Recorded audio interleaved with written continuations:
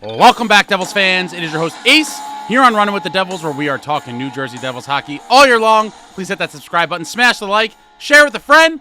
Thank you very much.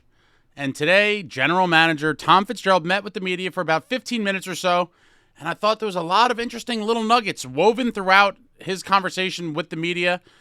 And I'm going to go over a couple of the little bullet points, little notes that I took, but I will say it was great to hear from Fitzy. We haven't heard from him in quite some time. Mr. Heavier, Edgier, More Violent. Love what he did this offseason, and it's translating into on-ice success. He starts off saying he feels pretty good about the team. He was asked how different from last year to this year under Keefe, and he said, obviously, we see the improvements in a lot of different categories. The team is doing well, blah, blah, blah. All kind of normal stuff. Some of the media were trying to fish for, who he thought could be playing better, and he said there was a bunch of guys that know they need to contribute more than they have been, and that our top lines have obviously been producing a ton. And he specifically mentions the play of the year, which if you haven't seen it, check it out. I'll put the link in the description. It's the shift, play, and goal of the year from the Blackhawks game the other day. I mean, what an absolute sequence of events. I've watched it now 30 times. I could watch that sequence on loop all day and night. It was a complete work of art. The Nico Hischier line keeps the Blackhawks pinned in their own end forever. They're completely gassed. They can't get it clear. We're winning battles everywhere, all over the ice. Bratt comes on the ice. The heavier, edgier, more violent play of the year. Jesper Bratt slams a guy into the glass after sprinting him down, steals the puck, gets it to Pesce to Jack for the goal. But Fitzy mentions that one specifically and says how Mercer flies off the ice and that Bratt sprints to the Blackhawk leading up to the goal. He said, Sheldon Keefe preaches doing everything with intention, and he said, we practice that. He goes on to say that deep down inside, he's a coach in a manager's office, which I thought was very interesting. I always do like coaches and GMs that have played in the league. Tom Fitzgerald had a long career in the NHL, and he said that he feels like he is a coach deep down inside, but he's just in a manager's office. I thought that was very interesting. He continued to talk about practice, and he said it is hard, and it should be. And a lot of the Dynasty Devils, like I said, in the past have said that the practices were harder than games. Scott Gomez actually mentioned it in the interview I did with him some months ago, that games were easy for him because he felt practices were much harder. Very interesting interview. I'll put the link in the description for that as well. But a lot of those guys on those teams all referenced how intense the practices were, something that I believe was sorely lacking under Lindy Ruff.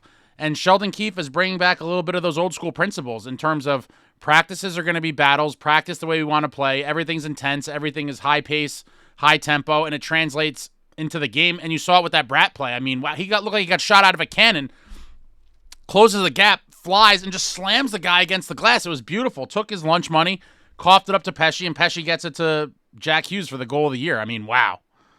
Absolutely wow. But he said that the team was getting to another level off the ice as well, and that the young group is maturing. He went on to praise Luke Hughes and his play this year, talking about how he's been defensively more responsible, and talked about how he thinks Brett Pesce has been a great kind of influence on him. I'm trying to see. Yeah, he said a lot. It was crazy. Talked about the contributions from some other guys that need to get better. He said there's a reason we've been shut out 5 times. Obviously, getting shut out 5 times before the halfway point of the season is completely unacceptable, and that's more times than we were shut out last season and the season before combined. It is a mind-blowing stat. But he went on to say it was good to see Mercer score in that game and that hopefully it starts to snowball. He went on to say he loves where they're at. He said he likes the way the team is playing away from the puck. Talked a lot about defending first and limiting other teams. He goes on to say, in the past, we were Swiss cheese and other teams entered the zone very easily. So these are all things that, he's realizing and talking about.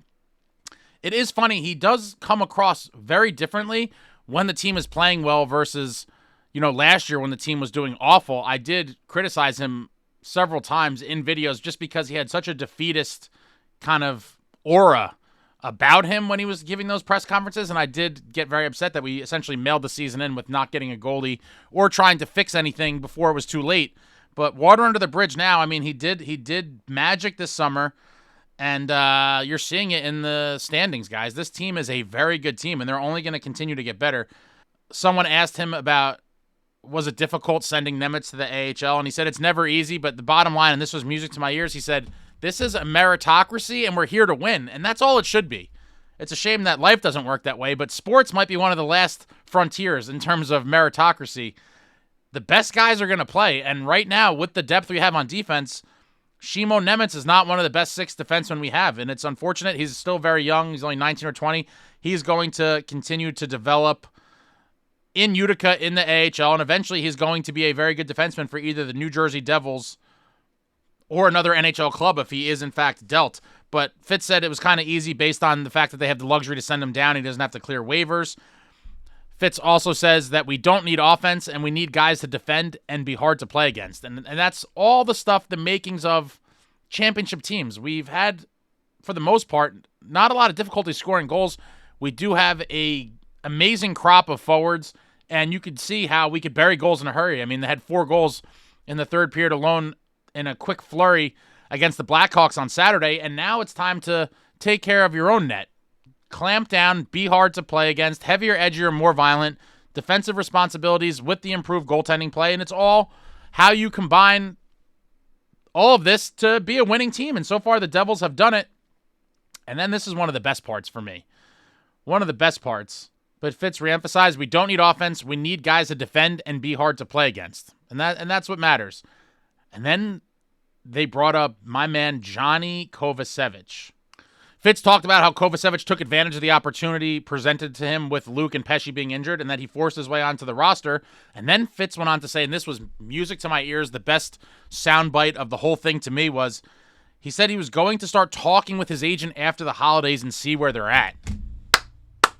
Johnny Kovacevic must be re-signed at all costs. Heavier, edgier, more violent, defensively sound, a monster of a man. I love this guy. I've told you guys time and time again, there's not many players that I have fallen in love with so quickly. Johnny Kovacevic might be the fastest one. He was exactly what this New Jersey Devils team needed on the blue line, and Fitzy stole him last summer for a 4th-round pick.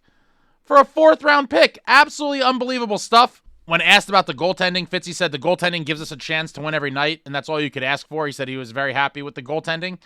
Makes sense. Obviously, I'd like to see Markstrom dialed in a little more and, eliminate some of those soft goals we've seen him give up in the past couple weeks. But when he's on, he's on. Hopefully he could be more consistent with that, and we could see him become dominant for the Devils in net. Then they asked him about Luke Hughes, and someone said, does Luke's current play motivate you to get him signed soon? And you could see he was kind of annoyed with it because with all the free agent stuff, he definitely gets on his nerves. And he said he doesn't look at it that way, and he plans on talking to Luke's agent after the holidays. After the new year, we will touch base. So, people start getting antsy with the contracts, and I think it bothers him. But he did say he was going to, circle back with his agent and talk about it. I think a lot of people are going to be shocked at the number Luke Hughes gets. I told you my estimation multiple times. I believe he's going to get between $7 and $8 million a year. A lot of people, I think, were absolutely floored with that number, but the comps are out there to support it. Obviously, his offense is down a little bit this year. That is because he is, working on the defensive side of his game, and he is a very good player. And when he does get involved in the offense, you could see what he's capable of doing. I mean, just his skating and stick handling alone, he could create. And he's going to get paid. I think people are going to be shocked, but that guy is going to get paid for sure. They were talking about Jack Hughes emerging as a more defensively responsible forward, playing on the PK, etc. And Fitzy said it's part of his maturity that Sheldon Keefe is really growing that part of his game. He's going to put him out there to defend first and preserve the lead. And then he talked about how dangerous Jack is on the penalty kill, especially with a lot of teams employing 4 forwards and 1 defenseman, where if you're on a power play and all of a sudden Jack Hughes is coming the other way on you and you're a forward, that's a very scary scenario to be in. But he said Jack's confidence is growing. He loves to see his game mature and see him mature as a player. All good stuff there. And then he was asked about the 4 nations and Team USA. I believe Fitzy's on the committee, or maybe he's even technically an assistant general manager, I forget. But working with Billy Guerin on getting Team USA ready for the 4 nations face-off. And he said it's a very big honor. He was very honored to be a part of it. He said the goal is to do something special leading up to the 2026 Olympics. As you all know, the NHL players are returning to the Olympics next year in Milan, Italy. I am jacked for that. NHL guys need to be in the Olympics. It's the biggest stage and the greatest marketing they could do for the sport of hockey. So glad they're back there. And Fitz said he was looking forward to getting to know some of the players and see their preparation. Interesting stuff. And then lastly, someone asked, and this was a great question, they asked if Luke was in the conversation to make the team. And Fitzy kind of smirked and he said there's no layups. It was a hard roster to form with all the choices they had. But then he went on to say in the closing comment that Luke will have his day down the road for sure. And it's funny, I guess earlier in the summer, I predicted that I didn't think Luke would make the Four Nations, but I did think he would make the Olympics. And I do think you will see, obviously, with Luke improving his play and, getting it all together, that Fitz really will push for him to be on that Olympic roster with both of his brothers, Jack and Quinn, in 2026. I do think Luke will make that team. But there's a lot of competition. A lot of great American players. They're going to have arguably one of the best rosters USA has ever put out for any sort of international hockey tournament ever. I mean, the argument could be made. Whether they perform that way or not is another question. But in terms of actual skill, probably the most skilled lineup they ever had. Will they come together the way the 1996 World Cup USA team did? I mean, that was a squad. If you're not familiar, look up some of the clips of that from the finals with USA and Canada. But that USA team was insane with Modano and Hull and Roenick, Billy Guerin. They just had so many legends. What a scrappy team. Mike Richter in net. But anyway, overall, I thought it was interesting stuff from Fitz. Pretty much what you would expect. And like I said, he looks like a different guy out there when the team is good versus the tragic season last year. But is very, I would say it's very, promising that he realizes how good Kovacevic is and wants him back. Or at least it seems. I would love to get him locked up sooner than later. I think as the season goes on, more and more teams are going to realize how good this guy is. Not that it's a secret now. I'm sure tons of teams are licking their chops, hoping he gets the free agency. And I hope that doesn't happen because teams will throw tons of money at him.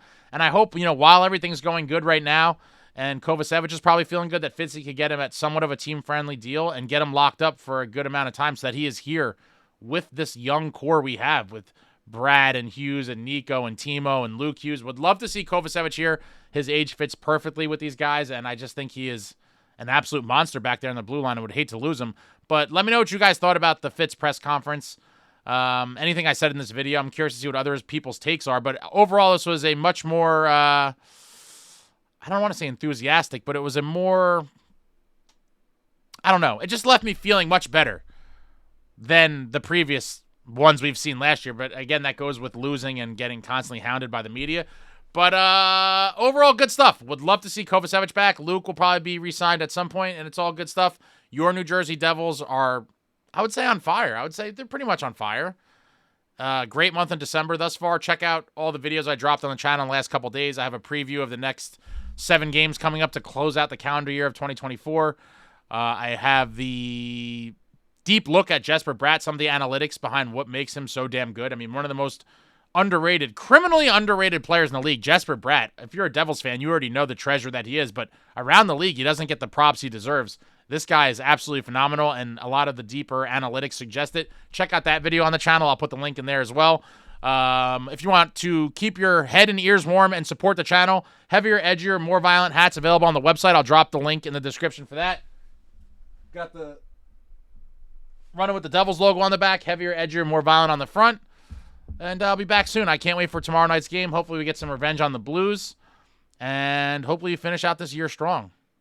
Very excited. Very exciting stuff. It is a very exciting time to be a Devils fan. It hasn't been this exciting in quite some time. And man, oh man, love this roster. Love this team. Throw anything out there in the comments. Devils hockey. Throw it all out there. I enjoy talking to all of you.